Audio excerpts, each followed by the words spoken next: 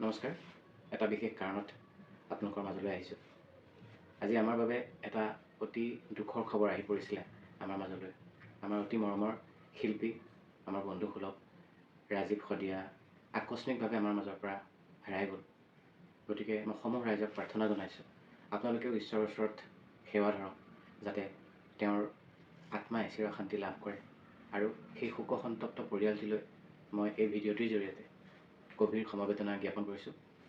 যদিও ভোগালী বিহুৰ উৰুকা, কিন্তু আমাৰ মন আজি সঁচাকৈ বহুত সেমেকি আছে আৰু তেওঁলৈ বৰ মনত পৰি আছে তেওঁৰ অনুষ্ঠানসমূহ। তেওঁ গীত গোৱা, আমি যেতিয়া কৌতুক অনুষ্ঠান কৰিবলৈ যাওঁ তেওঁক প্ৰায়ে পাইছিলোঁ। বহুত দুখ লাগিছে, আমাৰ খুব মৰমৰ এজন মাটিৰ মানুহ আছিলে। গতিকে হয়তো পৰম পিতাই তেওঁক ইমান দিনলৈকে ৰাখি থৈছিল, কিন্তু তেওঁৰ সৃষ্টি, তেওঁৰ প্ৰতিভা আমাৰ মাজত সদায় থাকিব। তেওঁ সদায় অমৰ হৈ থাকিব আমাৰ মাজত। জয় আহোম।